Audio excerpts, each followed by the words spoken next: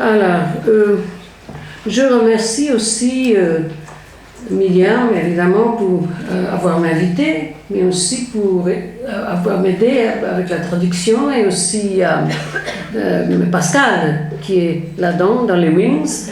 Alors, comment dit-on wings en français? Dans les coulisses. Dans les coulisses, ok. Alors, mais je dois aussi remercier mes assistants de recherche, Johan Ripper, qui a traduit ce texte, et puis un jour, il n'avait qu'un jour pour traduire ce texte. Et Peter Van Hove, sans qui je n'aurais pas pu écrire cet article. Alors, ce n'est pas exactement mon texte, parce que c'est traduit. Je ne suis pas du tout trilingue. Je suis à peu près bilingue anglais-bengali. Alors, c'est l'histoire d'impérialisme. Malheureusement, anglais c'est aussi une langue très forte, et à partir de cela, je me sens un peu coupable que je ne peux pas vraiment parler français. Je me débrouille, mais je ne parle pas très bien le français. Alors, c'est particulièrement important pour moi car cet article est pour ma mère, Shivani Chakraborty, décédée en 2003. Le 5 octobre 2013, nous avons commémoré son centenaire. En pensant à la citoyenneté, elle a été un précurseur. Quand elle était enfant, son père l'a encouragée à apprendre l'artikala. Il y a des Bangladeshis ici? Non. Personne ne connaît. Ah, très bien. Non? Parce que c'est une espèce d'appui, avoir quelqu'un dans l'auditoire qui partage la langue maternelle, n'est-ce pas? Allez, ça va. Okay. En pensant, son père l'a encouragé à apprendre l'artikala, un jeu de matraque défensif et offensif, comparable à l'escrime de Pulindash, le révolutionnaire anti-impérialiste de renom. Dans une jeune maturité et avant l'indépendance indienne, il a été membre du All India Women's Congress. Il a été une militante intellectuelle, une infatigable et innovante travailleuse sociale et une source d'inspiration durable pour ma vie éthique et intellectuelle. Il a pris, je cite, pris soin d'une génération pour laquelle elle avait donné des valeurs pour la vie et qui savait quand agir. Et elle avait elle-même activement contribué à la formation d'une société qui faisait en sorte que la vie vaut la peine pour tout le monde. Comme le travail de Nayanika Mukherjee, alors ça c'est important parce que tout le monde connaît ici Can the Subaltern Speak. Comme le travail de Nayanika Mukherjee l'a montré, la première image du subalterne réduit au silence m'est venue à travers l'œuvre de ma mère pour les victimes de guerre-viol au Bangladesh en 1973. Je parle aussi ici de ma mère parce qu'elle avait refusé d'être interpellée comme par le sex police, n'est-ce pas, interpellée, hey you, interpellée comme la matrice passive de la citoyenneté. Tant qu'elle était en Inde indépendante, elle a travaillé à la formation ou à l'empowerment, comme on dit, des collectivités de femmes qui refusent cette interpellation à la passivité, l'oxymore sur lequel est basée la citoyenneté de genre. Elle a dit, c'est-à-dire gendrée, comme qui est-ce? Françoise. Allez, moi traductrice, c'est un néologisme en anglais, gendered citizenship. Elle l'a traduit comme citoyenneté gendrée. Alors, voilà. Gendrée. Elle a dirigé le premier foyer de femmes travailleuses à Calcutta. Elle a dirigé un institut de formation et d'enseignement pour les veuves sans ressources. Et elle a été d'une aide majeure dans la mise en place de Charlotte-Amont, un couvent éclairé pour les femmes intellectuellement et spirituellement douées, afin de s'éloigner des rôles sexuellement fixés dans la société. Au milieu des années 70, mon frère, selon la règle sexospécifique qui traverse les cultures et les classes, a fait venir notre mère chez lui comme dépendante. Et ma mère a pris la nationalité américaine. Moi non, mais elle, oui. Elle a probablement accepté cette interpellation particulière volontairement, pensant ce mouvement culturel comme simplement naturel. Ou plutôt, elle s'est laissée saluer comme la mère de son fils, la grand-mère des enfants de son fils, restituant le rôle indépendant à protéger la façon dont les femmes devraient être saluées, dans lequel elle était engagée à Calcutta. L'écrivaine féministe américaine de classe ouvrière, Tillie Olsen, a écrit sur ces négociations dans Tell Me a Riddle.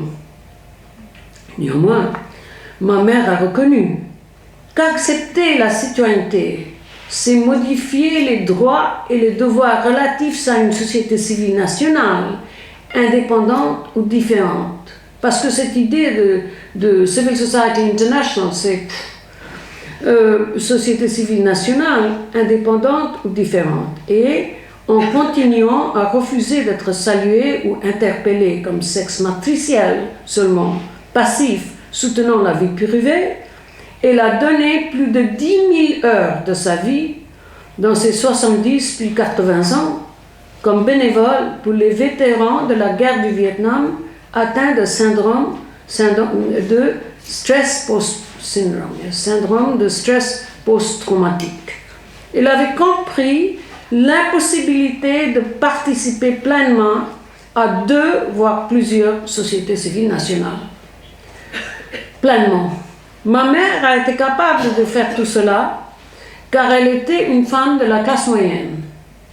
Ayant obtenu son diplôme de master, qu'elle avait été en mesure de passer parce que son mari, né au village, avait protégé l'intelligence aiguisée de sa jeune femme de 14 ans, ce qui n'était pas une caractéristique de classe à ce moment-là.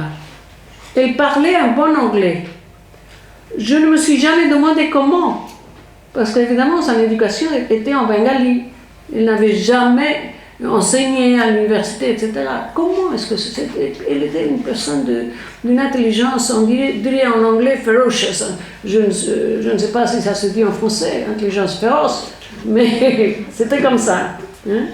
Elle parlait un bon anglais, je ne me suis jamais demandé comment, et quand, au début de ses 70 ans, elle est arrivée aux États-Unis, elle a été protégée par son fils, un médecin avec un emploi américain stable. Alors, par conséquent, lorsque nous parlons de la citoyenneté genrée, dans le cas des migrants, nous devons connaître la situation de classe de la femme, ou LGBTI, et la nature du système politique de la ville et de l'État dans lequel elle entre ferait une énorme différence dans sa situation. Aujourd'hui, ces détails sont compliqués par l'augmentation exponentielle de l'exportation de la main-d'œuvre actuelle et espérée dans la mondialisation, quand la gouvernance néolibérale, résultat des restructurations économiques, a décimé l'État qui reste encore la base de la citoyenneté. Et si nous parlons de la citoyenneté, nous aurons à considérer que les intérêts personnels légitimes, les protestations, la lutte, doivent être en même temps complétés par les intuitions de la démocratie. C'est alors que nous rencontrons l'énorme double contrainte, en anglais double bind, chez les critiques du, je dirais, masculinisme, pour ne pas vous provoquer, mais d'habitude je dis masculisme, parce que ce n'est pas féminisme.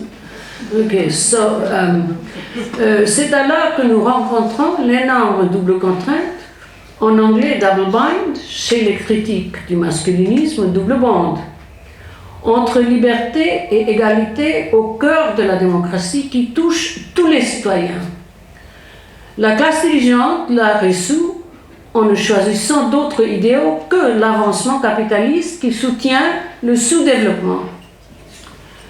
au nom du développement. Sustainable development, for most of you understand English as much better than I speak French.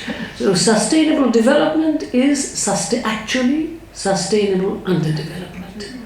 Ok, alors qui soutient le sous-développement au nom du développement dans sa version bienveillante.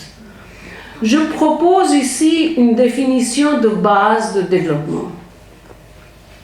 Développement est l'insertion dans le circuit du capital sans développer le sujet de son usage éthique ou même socialement approprié. I wish I could speak in English and ad-lib, but unfortunately I have to read my students' translation. Ou même socialement approprié. Le développement du sujet est apparemment dans l'intérêt du sous-développé. Mais le plus grand modèle est l'intérêt du capital développé. Comme cela se clarifiera à partir d'échantillons de programmes de développement durable, Sustainable Development, comme ils sont enseignés dans l'enseignement supérieur, y compris ma propre université. Si vous suivez la description des cours, des classes, des séances, etc., vous allez voir très très clairement que vraiment le grand modèle est l'intérêt du capital développé, investment. La double contrainte entre liberté et égalité peut être comprise de la manière suivante. La liberté est généralement comprise comme autonomie pour moi, ma famille, mon groupe identitaire, etc., quelle qu'en soit la définition. L'égalité est souvent considérée comme traitant tout le monde pareil et l'on prêche le pluralisme culturel contre. Que l'égalité soit le développement de l'entendement, une éducation de qualité, que ce soit les mêmes droits et devoirs pour les personnes qui ne rassemblent pas à mon groupe ou à moi-même, cela est ignoré, car le pluralisme culturel, soi-disant, peut cacher le fait de ne pas avoir accès, pas donner l'accès à la possibilité de monter de classe, upward class mobility, ou se déplacer latéralement hors du patriarcat, ce qui dépend parfois de la mobilité sociale. Si cette complication est comprise, nous pouvons simplifier. La liberté, c'est moi, l'égalité, c'est eux. Aujourd'hui, lorsque l'État est seulement un lieu de honte pour le Human Rights Lobby, name and shame, un lieu de honte, la société civile et les droits de l'homme interviennent pour les opprimer au nom de la liberté, seulement parce qu'ils pratiquent eux-mêmes en apparence l'égalité pour les autres. Cela ne conduit pas ces autres à avoir la possibilité de pratiquer la démocratie quand ils bénéficient des élections, peut-être, ou lorsque leurs enfants sont en mesure de s'intégrer dans une éducation qui, autrement, ne les formerait qu'aux techniques de protection du capitalisme, même quand ils se battent visiblement contre ce dernier. C'est pourquoi, aux occupants de Wall Street, aux acteurs du printemps arabe et aux variétés de maïdanistes, je dis, en faisant écho, je réponds quand je suis questionné, en faisant écho à Gramsci, que l'intérêt légitime a détruit l'autre côté corrompu, le capitalisme ou le patriarcat ou l'État, ne conduit pas à la création d'une société paritaire ou politiquement stable, ou à des structures politiques et de genre qui sont à la fois stables et flexibles. Celui qui entend cela est Amin Hussein, de Occupiers of Wall Street. Celui qui entend cela est Amin Hussein, un New-Yorkais palestinien. Sinon, c'est un message impopulaire.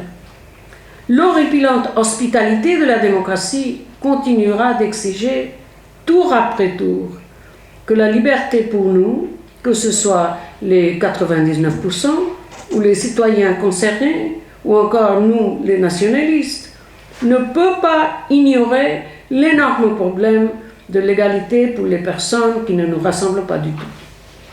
Toutes les variétés de lutte sont sous le commandement implacable d'une double contrainte nécessairement ignorée entre liberté et égalité.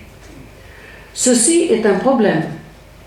Comment peut-on prétendre à la citoyenneté sans y avoir accès?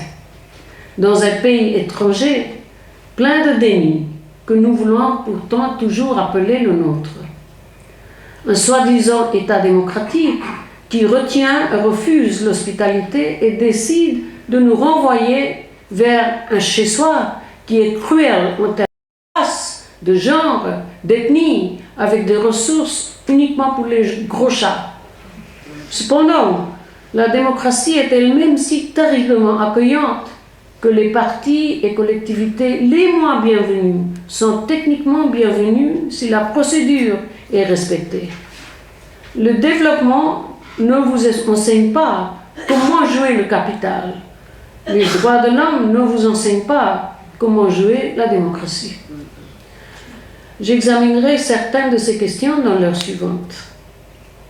Dans les années 1980, quand j'étais active en Algérie, qu'est-ce que voter était la question que je posais aux femmes dans les villages supposés socialistes établis par Ben Bella, le premier président de l'Algérie. Les réponses que j'ai reçues m'ont fait comprendre qu'il n'y avait pas de compréhension, que le vote avait quelque chose à voir avec une quelconque sorte de conviction que l'État postcolonial appartient à ses citoyens, femmes et hommes.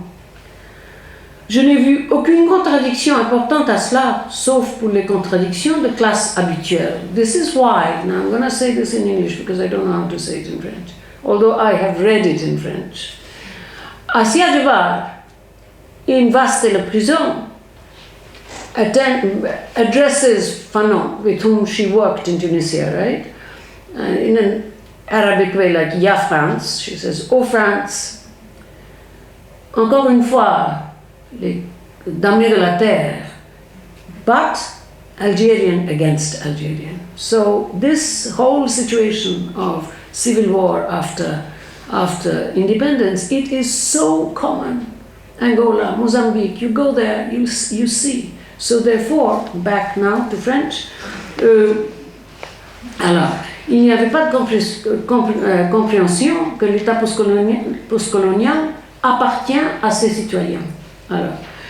Et puis, en 1991, après l'élection du Front islamique du salut, par une procédure démocratique, j'ai également vu la participation massive, somme toute sous-estimée, underreported, des femmes de la classe ouvrière à renverser le gouvernement élu. Le reste de l'histoire. Depuis 1986,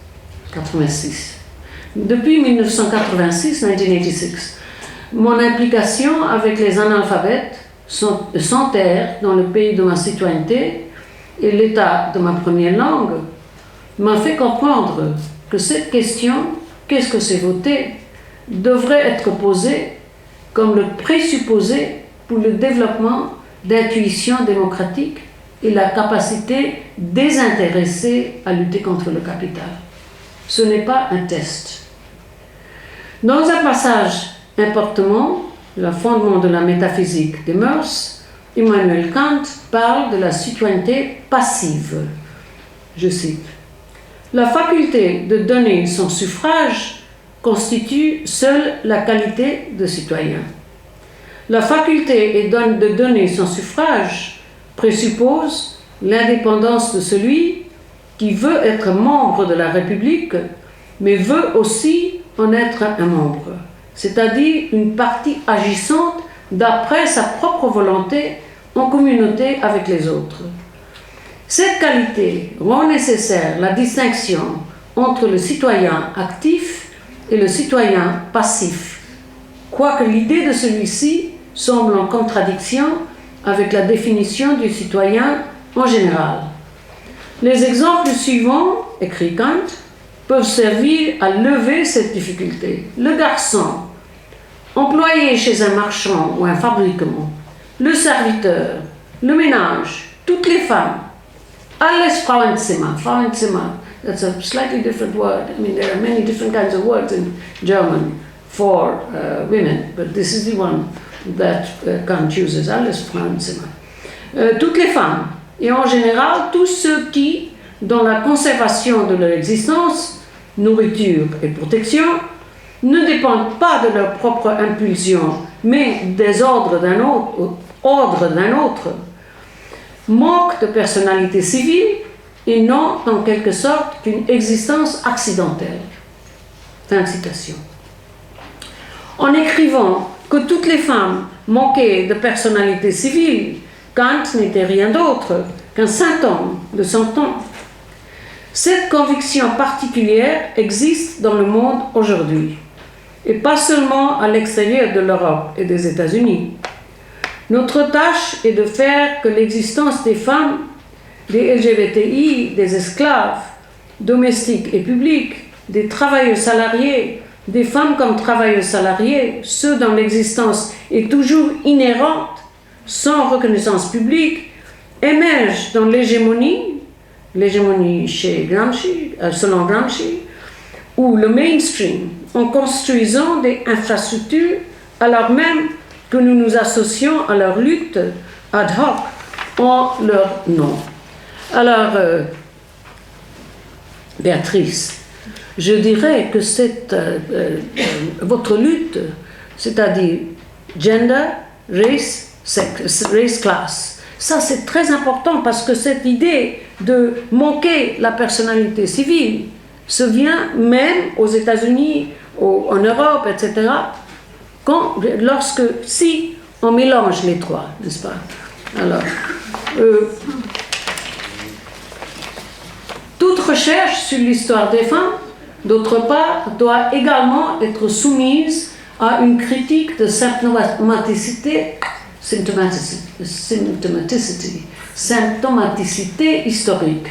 Sauf si vous pouvez dire oui à l'ennemi avec votre cœur, vous ne pouvez pas produire de changement réel par un sabotage affirmatif. Il faut vraiment connaître l'ennemi avec cette espèce de rapport éthique pour changer les désirs, pour réarranger le désir d'autres.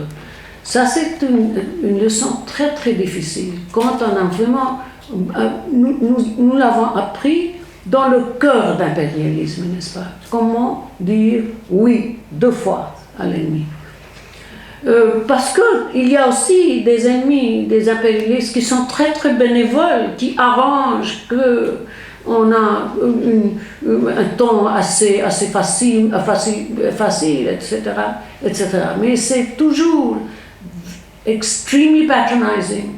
I would like to talk about how my mother's generation used to really resist these extremely benevolent English women who would come to really make their lives happy and womanly and so on and so forth. So, therefore, one must know comment dire oui à l'ennemi pour un sabotage affirmatif. C'est cela l'activisme imaginatif qui vous apprend à pêcher, pas seulement à voler le poisson pour en offrir un peu. C'est pourquoi il est important de garantir les pleins droits de vote pour les sans-papiers. La nécessité politique dont nous parlons est un produit du travail intellectuel. Pourtant, comprendre le droit au travail intellectuel est en soi un produit du travail intellectuel, en haut ainsi qu'en bas. L'idéalisme digital fondé sur la foi dans les médias sociaux, le management des connaissances, knowledge management, en haut, et ou de dommages cognitifs historiques, en bas, se dresse sur le chemin. Notre travail se déroule au sein de ces contradictions et ces contradictions performatives. Et cependant, éviter cela n'est pas du tout une solution. Je vais vous proposer une règle d'or ici. Ceux qui disent bien faire parlent de l'éducation à l'infini, mais c'est une espèce de jeu, une espèce de infantilisation. Je le sais très très bien. Ceux qui disent bien faire parlent de l'éducation à l'infini. Vérifiez juste combien s'implique dans la qualité de l'enseignement. Là, au sérieux. la première étape extrêmement difficile d'obtenir le suffrage, ou les lois laïques non absolutistes, est un début, pas une fin. L'alphabétisation ou le vote peuvent être contre-productifs s'il n'y a aucun effort à produire la faculté de voter, de donner son suffrage, comme le dit le traducteur français de Kant, donner son suffrage. Traducteur anglais, faculty of voting, alors faculté de voter, donner son suffrage. Je le sais, je viens de voter en Inde. Alors, l'élection, c'était absolument tragique, parce que les électeurs étaient complètement convaincus par les médiatiques, orages médiatiques, etc., que cette espèce de personne complètement intégriste hindoue était le roi pour l'Inde. Alors, avoir le suffrage ne vaut pas la peine vraiment si on n'a pas essayé de produire un jugement des intuitions de la démocratie avec attention à cette aporie ou double bind entre liberté et égalité. C'est vraiment, on ne joue pas avec les marginalisés, avec the great largest sector of the electorate, qui n'a aucun droit mais vote. Alors, la citoyenneté s'inscrit dans le genre. La citoyenneté réelle dépend de la naissance, inscrite dans le genre. Jusqu'à récemment, la naissance des frères. Comme dans le cas de ma mère, la citoyenneté naturalisée, américaine elle était, naturalisée, produisant les mêmes exigences que la naissance, rendre naturel pour ainsi dire, dépend de la classe, propriété, revenu, emploi. Celle qui donne naissance illégalement sur le territoire métropolitain, les immigrants pauvres enceintes sont considérés comme l'ennemi, tant et si bien que parler de remaniement des lois générales de la citoyenneté est souvent abordé par le droit.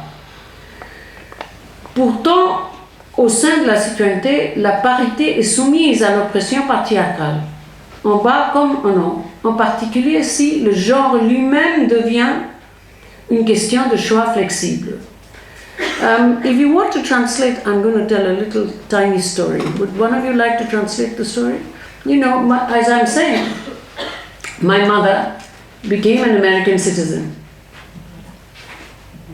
Donc, ma mère est devenue citoyenne américaine. Now, just to see, I say to my very benevolent, I won't name them, it's shocking. Donc je veux dire à des personnes très gentilles que je ne nommerai pas. I say, my mother was American. And one and all will say, that's why you're so tall, that's why you have such broad shoulders, parce qu'ils pensent, même les radicaux et les radicales, que les Américains sont blancs et blanches. Okay. You don't have to translate. What do you mean? C'est inouï. Hein? Citizenship, citoyenneté, c'est vraiment mise dans le genre. Ok, parmi les subalternes, comme parmi l'élite, un indice pour développer des intuitions démocratiques qui pourraient voyager à travers la structure de classe et les enfants des autres. Une courte définition des subalternes est ceux qui ne peuvent pas accéder aux structures d'aide sociale de l'État, les sans-papiers. Ceux qui, endommagés sur le plan cognitif depuis des millénaires par l'apartheid social, n'ont ni le pouvoir ni le droit et doivent malgré tout voter sans accès au droit de citoyenneté.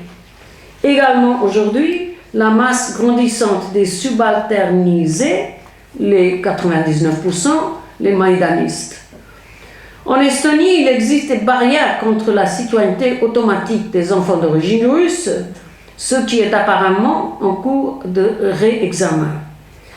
Les intellectuels féministes suggèrent, à juste titre, que l'idée de « enfant des autres » comme appel à la démocratie pourrait être interprétée comme biopolitique libérale. Biopolitique est un nom raffiné, entre autres choses, du contrôle patriarcal de corps gendrés.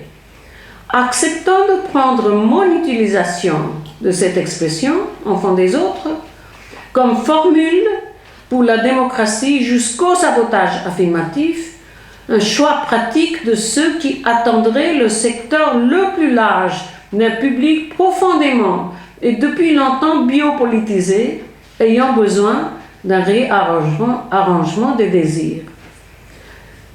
I think my English is a lot better than this French that I'm reading. It's really, ça me rend très mélancolique. Allez, pour ceux tout en haut, la biopolitique est l'air qu'ils respirent. Ceux d'en bas sont en dessous du radar. Pour moi, c'est une erreur de départ, un grounding error. Grounding is not just de départ. Pour moi, c'est une erreur de départ, une stratégie, non une théorie, où les lignes ne peuvent pas être séparées. Strategy theory, error, correct. La théorie n'est que la moitié du chemin, halfway house. Un risque en dehors de la célèbre tour d'ivoire, toujours contesté par la théorisation produite dans le terrain de la pratique. Always normed by practice. Ça, c'est théorisation, halfway house. Ceci est un exemple de l'argument que j'ai souvent répété, que le genre est notre premier instrument d'abstraction, un instrument d'abstractibilité qui est si vieux que suivre ses traces, c'est développer des moyens d'intimité critique, disons avec la biopolitique, assez différents de la critique rationnelle. Cela fonctionne avant la raison, un modèle que nous avons dans l'apprentissage de la première langue. L'utilisation désinvolte du genre comme instrument d'abstraction commence au tout début de la mise en place de la nature humaine par opposition à la nature en tant que telle. Les débuts de l'humanisme destructif que nous avons appris à appeler l'anthropocène. En clair, l'origine du changement climatique, la cruauté intégrale du patriarcat capitaliste, la mentalité de forcing de l'avant-gardisme des deux côtés. Le moment de l'abstractibilité du genre est ce qui permet l'accès à l'abstraction. Alors, le genre est medicine as well as poison. It's not a question of just saying, oh, it's always good, because that's romanticizing, that's self-congratulating. C'est ça que j'ai voulu dire ici en anglais, en tout cas. Le moment de l'abstractibilité du genre est ce qui permet l'accès à l'abstraction. C'est cet instrument ou cette arme qui, au cours des siècles, permettra la rencontre avec l'abstrait en tant que tel, l'émergence du capital au XVIIIe siècle, devenant rapidement un concept métaphore de la testostérone. C'est alors que le thème du leadership des femmes, de l'égalité devant la loi, comme si le récit englobant de la différence sexuelle n'était rien d'autre qu'une abstraction appelée matérialité concrète, sans autre diversité que celle de classe, commence à émerger. Le fait est que le genre, méconnaissable comme moteur principal, est maintenant présenté comme un élément tardif, rendu possible par le mouvement de l'histoire. À partir de maintenant, les études de leadership, hommes-femmes ou homosexuels, sont la production d'une avant-garde, combien même fragmentée ou particularisée. En revanche, la démocratie doit rester intéressée envers quiconque, n'importe qui. Pas seulement l'avant-garde, vanguard. Avant-garde is not the same thing in French as vanguard. I mean, I don't feel it. Avant-garde has a good side, art, but vanguardism does not have a good side. Okay, so c'est une grosse erreur que d'identifier le mouvement militant avec toutes les personnes du groupe en question. Antonio Gramsci a tenté de distinguer le subalterne du prolétaire. Réunir le subalterne et le prolétaire, tous les deux considérés comme criblés de préjugés, et Gramsci était après tout dans l'épaisseur des choses, pas seulement article des livres, était le dernier fragment d'écriture que Gramsci avait commencé quand il a été arrêté par les fascistes. Ce fragment est déjà nettement différent du type de renforcement positif qu'il, en tant que leader des communistes, avait produit à bon escient, on est ça ? Oui. À bon escient pour le prolétariat de Turin, jusqu'alors, et que nous, bourgeois dirigeants, produisons quand nous menons ou approuvons les luttes. Une espèce d'infantilisation. Reconnaissant que la grève générale de 1920 n'avait pas fonctionné, Gramsci regardait maintenant la possibilité de faire des changements à long terme. En prison, Gramsci l'élargit dans une période d'auto-éducation, devant mener à un livre qu'il n'avait pas le temps d'écrire, qu'il n'eut pas le temps d'écrire, qui prendrait tout cela en considération. Et dans cette période, il a distingué le subalterne de très près, comme ceci: les groupes sociaux subalternes, gruppi sociali, par définition ne sont pas unifiés et ne peuvent pas s'unir jusqu'à ce qu'ils soient en mesure de devenir un État. Dans la conjoncture actuelle, nous devons créer des interférences mondiales. Pourtant, leur histoire, comme l'écrivait Gramsci en 1934, seulement 14 ans avant la fondation de la Banque mondiale et du Fonds monétaire international, est toujours étroitement liée à celle de l'histoire des États et groupes d'États, comme nous qui travaillons à la citoyenneté pour les sans-papiers, connaissons que trop bien. C'est toujours les mécanismes de l'État. Ce n'est pas une question de International Civil Society, ça n'existe pas. Une société, International Civil Society, c'est une espèce d'améliorer le fait qu'avant c'était non-governmental. Et non-governmental, c'est négatif. Alors, à l'école, on a appris que tout ce qui n'est pas government, c'est civil society. Disons civil society, c'est positif. C'est un jeu. Et tel est l'électorat potentiel, hommes et femmes, avec lesquels nous devons nous poser la question aujourd'hui. Qu'est-ce que voter ? Nous devons apprendre à considérer la capacité chez nous, Inde, Chine, Bangladesh, Nigeria, sans faire de distinction entre les nations barbares et civilisées. Kathleen Collins a récemment trouvé, en expliquant les politiques, de clans excentriques dans certains endroits et pas dans d'autres, que ces politiques ont été déterminées par l'écart entre la création de l'État absolutiste et la structure formelle, au moins, de la démocratie. Dans cet argument, nous pouvons également placer l'État colonial sans accès direct à l'agence du pouvoir en haut et bien sûr l'État totalitaire. En 1983, avant que je ne commence mon voyage à apprendre des subalternes comment les insérer dans le circuit de l'hégémonie, dans une optique nécessairement restreinte, j'ai écrit « Les subalternes peuvent-elles parler ?» où le seul accès que j'avais au groupe social était celui des femmes. C'est mon article le plus connu, rien de plus ou rien de moins qu'une décision ignorante à faire sortir. C'est une critique du culturalisme. C'est à partir de ce point de départ que j'ai appris au cours des 30 années qui ont suivi, tout en continuant le reste, que les enfants des autres est un bon moyen pour l'enseignement intériorisé des intuitions démocratiques chez les adultes à travers ces classes, depuis la subalternité jusqu'à l'accès et même l'agence à la biopolitique libérale. Vous voici de retour à la démocratie. Le mot signifie à peu près, comme vous le savez très bien, pouvoir au peuple. Et il est divisé par la double contrainte, comme je l'ai déjà dit, entre liberté et égalité, entre eux et nous. Nous qui sommes toujours les personnes à qui le pouvoir doit venir. I've marched enough in demonstrations saying, the people united will never be defeated, and so on. Always power to us. The people is us, not others. C'est le contrainte entre liberté et égalité. Si nous acceptons cela pour le moment, comment est-ce que les enfants des autres pourraient s'atteler à développer les intuitions démocratiques parmi l'élite?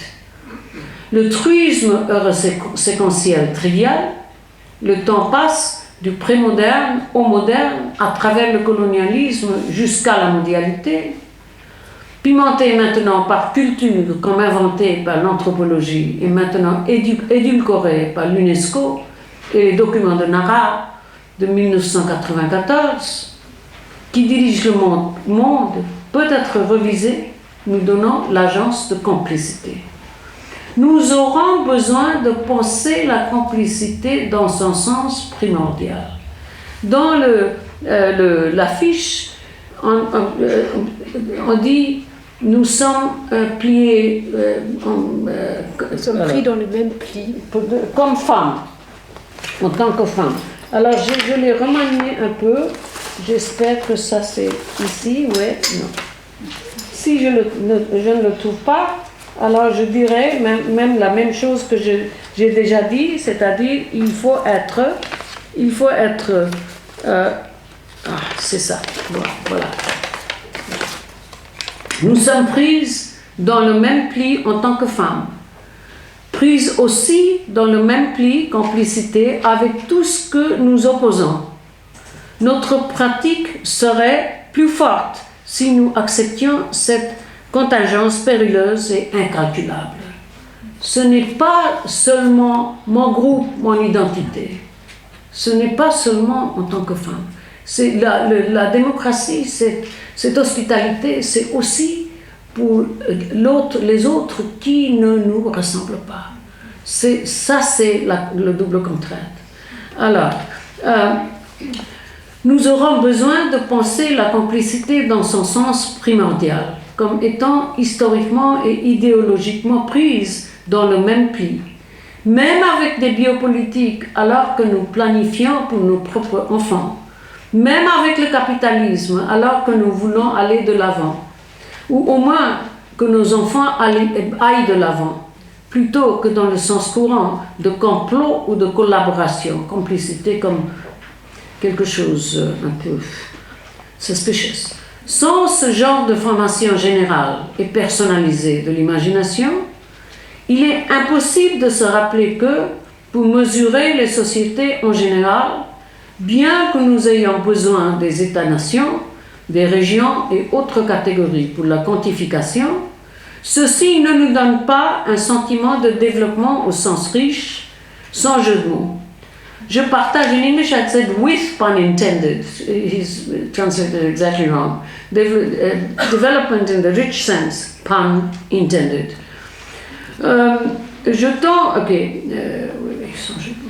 Je partage avec vous ma conviction que le sous-développement durable, sustainable underdevelopment, est la règle et la notion intraitable particulièrement de développement, étudiable à travers les indices quantifiables dont les articles sont quantifiablement extensibles, ne sont pas les mêmes que les changements dans la façon dont nous connaissons le monde. Jetons un œil à un paragraphe du rapport sur le développement humain, Human Development Index, de 2013, et notons comment la quantification est sa seule valeur. J'ai déjà utilisé cet exemple par le passé et n'ai pas pour intention de cesser de l'utiliser. C'est un beautiful example. Sa solidité, comme Mahmoud Haq a correctement recommandé, c'est la personne qui a pensé à Human Development Index, n'est-ce pas, en ajoutant life expectancy et l'éducation, qui est très très important. Sa solidité produit une âme puissante, mais montre aussi qu'il est étroitement pris dans les plis des idées générales du développement, que j'ai appelé sous-développement durable, reflété dans de nouveaux ensembles de tableaux. Alors, vous gardez tableau, c'est page 7. Hein. Ce tableau, c'est beaucoup plus émouvant quand on peut le placer sur l'écran. Mais alors, pour le moment, parce que c'est en couleur, très impressionnant. Ok. Liste pays par RNB, tableau de avancement. Those of you who know Fanon will know that this is exactly what Fanon criticizes very foncièrement. Hein? So, you want to say? Ceux d'entre vous qui connaissent Fanon sauront que c'est exactement cela que critique Fanon. This kind of comparison, this kind of Ce type de comparaison. trying to catch up with the United States and China and Germany and France and so on. He's written a good deal about that. Okay, now.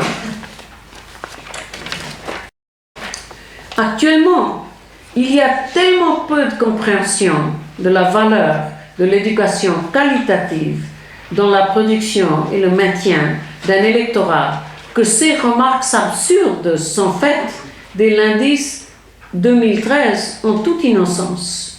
Et je cite l'index, ok? Je cite le rapport. Il est difficile d'utiliser l'IDH pour suivre les changements du développement humain sur le court terme, car deux de ses composantes, à savoir l'espérance de vie et la moyenne d'années de scolarité des adultes, évoluent lentement. C'est-à-dire, les deux choses qui étaient introduites pour changer l'index, les statisticiens qui maintenant conduisent l'index, alors c'était pendant les années 90 que l'index a commencé. Il compte que c'est une tradition. 90, hein, cette tradition, on doit vraiment éviter les... Éviter les contraintes de too slow education et construire quelque chose. Et alors, l'adjectif traditionnel, évidemment, c'est pas bon. Alors, la tradition a commencé en années 90. C'est-à-dire... pour contourner cette limitation, les composantes les plus sensibles au changement à court terme pourraient être incluses dans l'IDH national. Par exemple, le taux de chômage, le pourcentage de la population ayant accès aux services de santé, ou le pourcentage de l'apport calorique quotidien par rapport à l'apport recommandé, pourraient être utilisés à la place des indicateurs traditionnels de l'IDH. Ainsi, l'utilité et la polyvalence de l'IDH en tant qu'outil analytique pour le développement humain au niveau national et sous-national seraient améliorées. C'est objectifiant les gens. Et alors, nous aurons un index qui sera beaucoup mieux.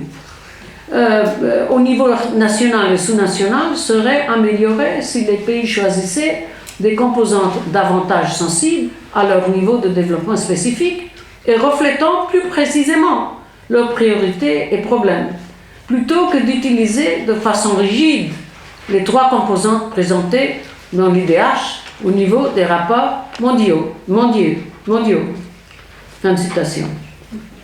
Selon cette conclusion sur le rapport de l'indice de développement humain de 2013, la montée du Sud, the rise of the South, l'éducation, la cheville ouvrière du développement humain, n'est pas utile pour l'analyse du développement humain, car elle bouge trop lentement. Aucun outil analytique dévoué à la rapidité comme mesure de l'efficacité ne peut effectivement avoir une emprise sur le développement humain réel et certainement pas le processus de développement comme dans sociétés en développement, developing societies.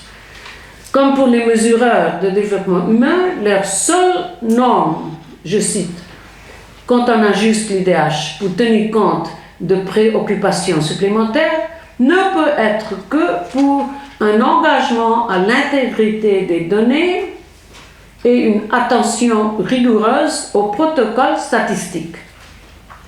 Non pour une idée existentiellement riche de développement qui pourrait montrer les limites de leur pouvoir et la demande de supplémentation pour produire des mentalités égales à la tâche à accomplir. Aussi soigneusement aiguisé que l'indice puisse être, il ne touche pas à la qualité de l'éducation. Et c'est ce que produit l'apartheid de classe, la culture du viol et la culture de corruption, forçant les résultats des élections par la voie de la violence et, au mieux, la violence comme seul recours à une sorte de justice sociale sauvage.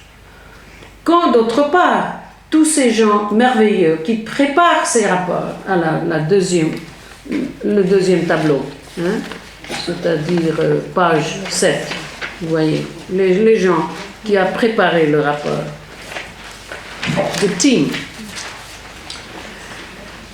Quand, d'autre part, tous ces gens merveilleux qui préparent ces rapports envoient leurs enfants à l'école, les considérations de qualité deviennent primordiales. Un exemple, encore une fois, du sous-développement durable, et même alors trop lent pour être utile. Il ne peut y avoir de développement jusqu'à ce que l'indice soit complété par un esprit d'égalité. Voici, c'est un exemple de ce double contrainte, liberté, égalité.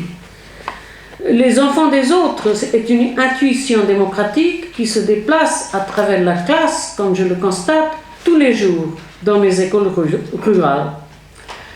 De telles idées sont peu pratiques, mais étant donné que la démocratie est le développement du jugement abstrait pour le bien de tout, et c'est très facile de parler contre l'abstraction et pour lutter pour le concret, mais si vous êtes étroitement liés avec l'éducation, les gens qui millénairement are denied entrance into the capacity to make abstractions, cela serait une espèce de jeu des élites.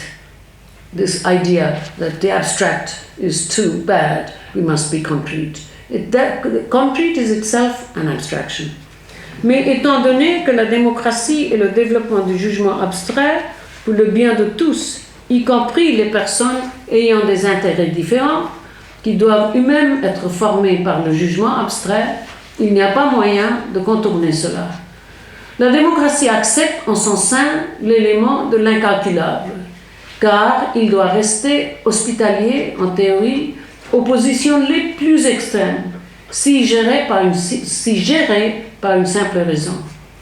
C'est seulement avec l'électorat qui a compris le droit au travail intellectuel, qui a compris le droit, et pas seulement l'information, que le sous-développement durable peut être interrogé et combattu par le processus politique, qu'un plus grand développement du genre peut-être être revendiqué, et le flux continu de développement peut ne pas être, on l'espère, un état de l'opposition nourri de façon destructrice par la gauche féodale, militant de la classe moyenne éduquée, comme alternative, pendant que, de l'autre côté, c'est un état de déplacement de ceux que l'on appelait avant l'idéologie petite bourgeoise, l'implication de plus en plus de personnes statistiquement dénombrables dans la gestion du sous-développement comme développement. This is a hopeless sentence, but I know what I'm saying. Now, this militant de la classe moyenne éduquée, la gauche féodale, what I'm really talking about is ce qui est décrit comme maoïsme dans mon pays. Ce sont des subalternes qui meurent. Et ce sont des rational choice leftists de classe moyenne qui disent que c'est le maoïsme. C'est une tragédie intégrale. Je le répète, c'est pourquoi tous doivent lutter pour les droits de pleine citoyenneté pour les sans-papiers ici et les électeurs subalternes chez nous. Mais ce n'est qu'un début. Ce n'est qu'un début. W.B. Du Bois a donné un récit magistral d'un tel processus avec le suffrage, Negro suffrage, tel processus comme le développement de ce qu'on appelle la démocratie aux États-Unis dans son Black Reconstruction 1860 to 1880. Il est regrettable que nous nous arrêtions avec Tocqueville, sans doute parce que Du Bois est considéré comme appartenant à l'intérêt afro-américain seulement. La traduction complètement acceptée du mot démocratie dans ma langue maternelle est en réalité supposément dans la langue nationale de l'Inde, Ganatantra ou bien Ganatantro, ma langue maternelle, que mes collègues et la plupart des instituteurs masculins dans la région rurale où j'ai mes petites écoles connaissent bien, leur donnent peu d'indices quant à son sens possible. Ils votent bien sûr, s'ils ne sont pas terrorisés de ne pas voter. Comme je l'ai dit à maintes reprises, leur analyse intelligente est que le vote est comme un sport de compétition. Qui gagne, gagne. Mais n'est-ce pas le même jeu tout en haut des démocraties de la planète? Qui gagne, gagne. C'est aussi pourquoi ce qu'on appelle le pluralisme ou la suppression de l'égalité, mal comprise comme similitude, pour les dissemblables autres, ne doit pas être établi seulement dans le juridico-légal, bien que les lois doivent être établies. Les lois restent de plus en plus des instruments moins efficaces que les instruments de force aux mains de fonctionnaires, law enforcement, instruments de force, je ne sais pas si ça marche. Les instruments de force aux mains de fonctionnaires non préparés mentalement ou détenteurs de position jusqu'à ce que les efforts persistants à une éducation de qualité, formation épistémologique qui permet aux lois d'être construites comme des objets de volonté, plutôt que l'éducation comme seul moyen d'employabilité ne puisse être sérieusement entreprise. Même si, en tant qu'électrice, je pouvais me soumettre à l'arithmétique, je devrais me soumettre à l'arithmétique implacable d'une démocratie propre, one vote, incapable de renverser la marée induite par des milliards d'électeurs épistémologiquement formés dans l'identitarisme, par le discours hyper-réel de la participation résiduelle pratiquée par les leaders de mon propre pays. J'ai essayé, à ma façon discrète, de produire un tel changement épistémologique profond depuis maintenant 30 ans. Cet effort étant contre une longue historique durée, structure persistante comme le patriarcat ou le système de caste qui hante encore le système politique, que je ne suis pas, pour citer le marque-page dans mon exemplaire de Bakounine, contrairement au prospère maître de business et de vie, c'est le marque-page, maître de business et de vie. Je ne suis pas, je cite, efficace, ciblée, productive et pratique. Qui gagne perd là, cette espèce de jouer avec les subalternes. Qui gagne perd. Quand je suis appelée à m'exprimer sur des questions de justice sociale dans le monde extérieur, comme ici, je rends compte de ce que j'ai appris de mes propres erreurs de mon travail pendant les 30 dernières années. Par exemple, dans le discours d'ouverture à l'université d'Utrecht pour le 300e anniversaire du traité d'Utrecht. Avant de m'y rendre, j'ai en fait partagé cela en bengali avec mes superviseurs et enseignantes subalternes. Vous voyez, leur ai-je dit, ce dont nous parlons et ce que je vais dire là-bas. Puis, j'ai essayé d'expliquer ce que l'auto-représentation culturelle du traité d'Utrecht était aux Pays-Bas. C'est une autre histoire.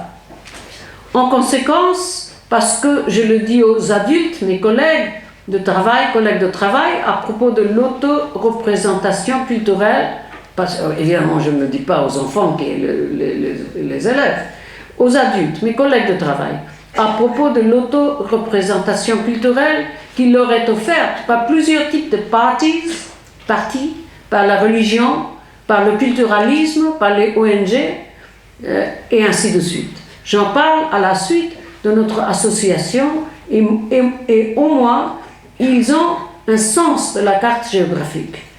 Puis, je leur ai lu les phrases en anglais, que je vais lire maintenant dans le français de Johann Ripper. Ils ne comprennent pas cette phrase, mais je leur dis, regardez, c'est la même phrase, n'est-ce pas? Écoutez, j'ai dit la même phrase au Centre pour l'étude des sociétés en développement à New Delhi, la capitale. C'est une autre visite. Tout le discours pour la deuxième fois, j'allais présenter la sagesse que j'avais reçue d'eux et qu'en raison de crimes cognitifs historiques, je n'étais pas encore prête à agir après 30 ans. Il faut se rendre compte qui gagne ou perd. Nous savons comment jouer avec les subalternes comme si ils et elles étaient des enfants. Et nous sommes très contentes. Hein? Nous avons fait quelque chose. Alors ça, vraiment, ça me fait pleurer. Mais laissez-moi en arriver à Utrecht. Gardez à l'esprit qu'Israël est décrit sans arrêt comme la seule démocratie au Moyen-Orient, même s'il joue le jeu des représailles énergiquement. La démocratie est maintenant assimilée à une structure civile d'exploitation, le fonctionnement d'une bureaucratie hiérarchisée et des élections propres.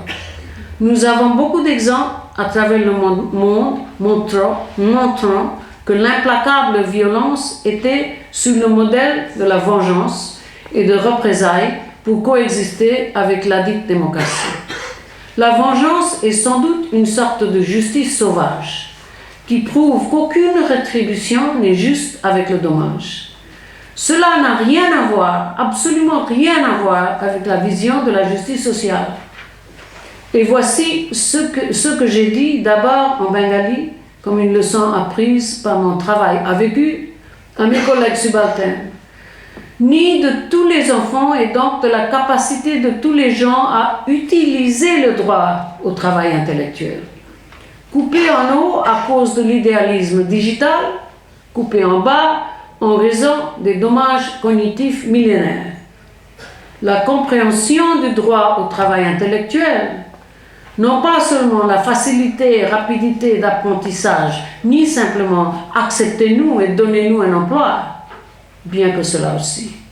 Il y a bien des années dont les subalternes peuvent-elles parler, juste avant que le réel travail a essayé d'apprendre des subalternes des leçons qui sont tout juste en train de faire surface et commencer. J'avais parlé du fait que la représentation a au moins deux significations, comme dans un portrait et comme dans un proxy. Je vous donne deux exemples, et c'est le mouvement final. Tout d'abord, de Nyamgiri. C'est un endroit à Odisha où la Cour suprême de l'Inde a demandé aux tribus locales de témoigner contre Vedanta Resources Incorporated, une société mondiale dans l'exploitation minière de métaux diversifiés dont le siège est à Londres, la plus grande société minière de métaux non ferreux en Inde, avec des exploitations minières en Australie et en Zambie, cotée à la bourse de London et à l'indice FTSE 100. Les tribus ont témoigné avec succès. Évidemment, même les militants dévoués de la classe moyenne voient la Cour suprême comme état de droit, le groupe Vedanta comme méchant moderne et les tribus comme tradition. En fait, Nyom, comme dans Nyamgiri, le nom de cette région, Nyom signifie la loi. Et le soi-disant dieu des tribus Nyamgiri n'est pas un dieu du tout, mais un raja ou roi. Ce Nyam Raja donne la loi pour protéger les rivières et les montagnes. Une critique préemptive de l'Anthropocène. Je ne le romantise pas. What one does with that is something I can't talk about now because there's no time. Donne la loi pour protéger les rivières et les montagnes. Une critique préemptive de l'Anthropocène. L'activisme imaginaire va essayer de réorganiser son désir, de l'aider à la protection de la tradition contre la modernité d'en haut, apprendre à revendiquer la complicité avec cette modernité. Complicité avec cette modernité de la part des tribus, dans la mondialité simultanée avec toutes les autres modernités. Le sens de modernisation doit être changé dans la mondialisation, parce que c'est simultané. Nous sommes tous modernes. Les diachronies sont différentes, mais la synchronie, c'est moderne. C'est une modernité et nous devrions apprendre comment reconnaître cette modernité. Deuxièmement, Bidi, comme dans la chanson subalterne, en bengali créole, Mon kore ulibattare, Bidi daina paka. L'esprit fait comme s'il voulait, Bidi ne donne pas d'aile. Ici, Bidi est l'intuition transcendantale de la règle de l'état de droit, auquel l'élitisme romantique ne peut pas accéder. L'activisme imaginaire va essayer de réorganiser son désir d'aider d'en haut afin de réclamer la complicité avec cela. Mon kore ulibattare, Bidi daina paka. C'est la chanson subalterne quand j'ai discuté. La citoyenneté engendrée doit être assurée avec la citoyenneté de classe et de citoyenneté raciale et doit rendre visible comme théorie. Make visible, théorie, ça c'est la signification. Cette théorie n'est pas seulement abstraite. Theorizing, l'activité de faire de la théorie, c'est de rendre visible. La citoyenneté générale doit être assurée avec la citoyenneté de classe et la citoyenneté raciale et doit rendre visible l'absurdité de la citoyenneté mondiale, global citizenship, où chaque décision d'une intervention militaire, ainsi que toutes les décisions de développement, est prise État-nation par État-nation. Lorsque nous utilisons des expressions comme un membre de la société dans le monde aujourd'hui, les idéologues de la classe moyenne pensent à eux-mêmes. J'ai déjà développé ce point. Ici, je dis différemment que si nous pensons aux exemples que j'ai donnés ci-dessus comme simple culture, Nyongiri et Bidi, il n'y a pas de démocratie dans la sphère culturelle, seulement une alternative entre la tolérance et l'incalculable. Nous devons exécuter et laisser les autres avoir le droit d'exécuter le jugement sur la traditionnelle, européen ou non. Les subalternes peuvent-elles parler était vraiment une critique de base de l'hindouisme et de son utilisation par l'impérialiste bienveillant. Ce n'était pas du tout un texte postcolonial, c'était un texte précolonial. En solidarité, nous devons réorganiser et non détruire l'énorme désir venant des féministes en Europe et le nord du sud d'être actifs dans le monde entier, une espèce de ménagerie, n'est-ce pas? Pour citer une voix puissante, les comparaisons, c'est une féministe dominante, les comparaisons à grande échelle peuvent servir de point de référence pour des études plus détaillées. Mais les comparaisons sont toujours politiques. Qui a le droit pour faire des comparaisons de tout le monde comme ça, hein? Mais les comparaisons sont toujours politiques. Nous sommes très reconnaissants du travail généralisable important accompli par le féminisme électronique. Mais la culture n'est pas généralisable. Le subalterne n'est pas généralisable. On peut apprendre la langue, on ne peut pas apprendre la culture. Et si c'est pas cela que la mondialisation n'est pas, c'est seulement, I'm going to quote, you can translate a sentence from my book. Only capital and data globalize. Everything else is damage control. Seul le capital et les données organisent Tout le reste n'est qu'un dommage contrôlé. It's not organized, it's globalized, mondialized. Mondial. Okay. So, whatever. So, therefore, let's go back. En solidarité, nous devons réorganiser et non détruire l'énorme désir venant des féministes en Europe et le nord au sud d'être actifs dans le monde entier. Pour citer une voix puissante, les comparaisons à grande échelle peuvent servir de point de référence pour des études plus détaillées. Mais les comparaisons sont toujours politiques. Nous sommes très reconnaissants du travail généralisable important accompli par le féminisme électronique. Mais la culture n'est pas généralisable. Le subaltern n'est pas généralisable. Notre type de travail est le long travail de reconnaissance de l'historicité du désir. Le changement est nécessaire. Réorganiser les désirs à ces deux extrémités. Ici, je vous offre mon travail parce que je suis bien engagée aux deux extrémités. Parce qu'à Columbia, je n'enseigne pas South Asia, je n'enseigne pas Indologie. J'enseigne leur dominance, littérature anglaise, française, allemande, à Columbia. Mais à mes villages, ce sont des écoles élémentaires et ce sont pour faire entrer dans le mainstream. Alors il n'y a pas de patronization either there. Love me an Indian or Columbia or you're so nice. Come on, let me hug you. No, neither place.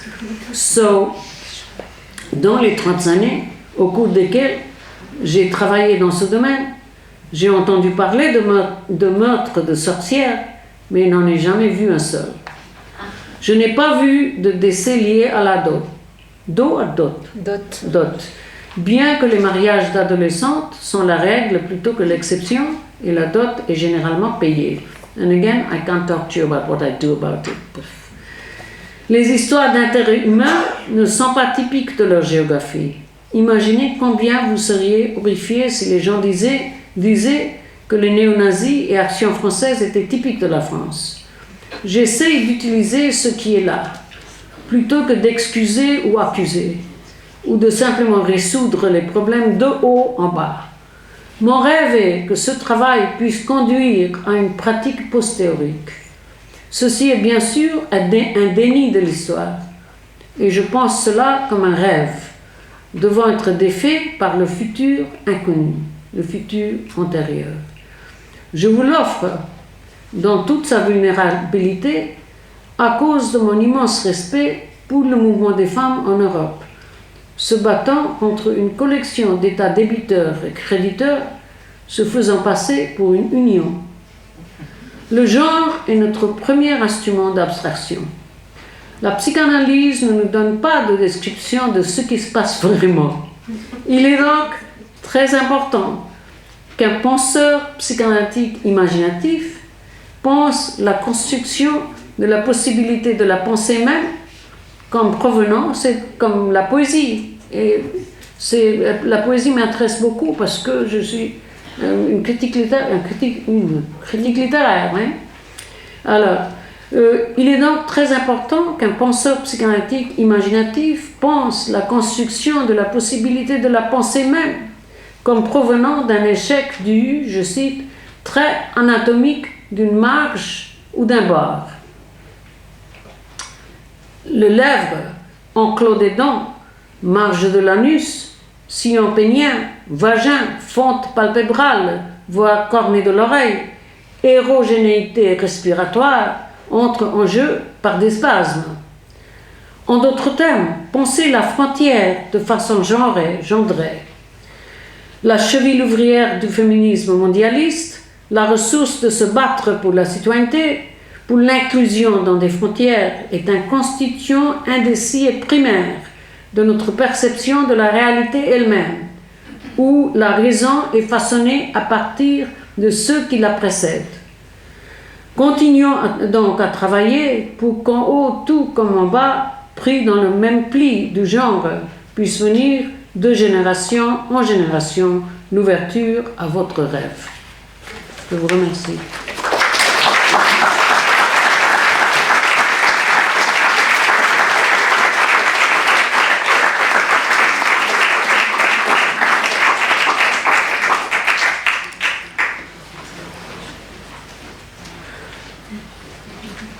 Now comes the nice period for me, because even if you really criticize me, I learn something. Because this is boring, my own words. I believe them. And now it was even more boring because I didn't even know if I was reading the sentences with the proper emphasis on the proper words. You know, I mean, it's really, sometimes I lecture in French. A horrible French, j'écorche la langue, but at least I know where to put the emphasis. Here I'm reading this correct French and putting my emphasis in the wrong places. You know, now for the questions.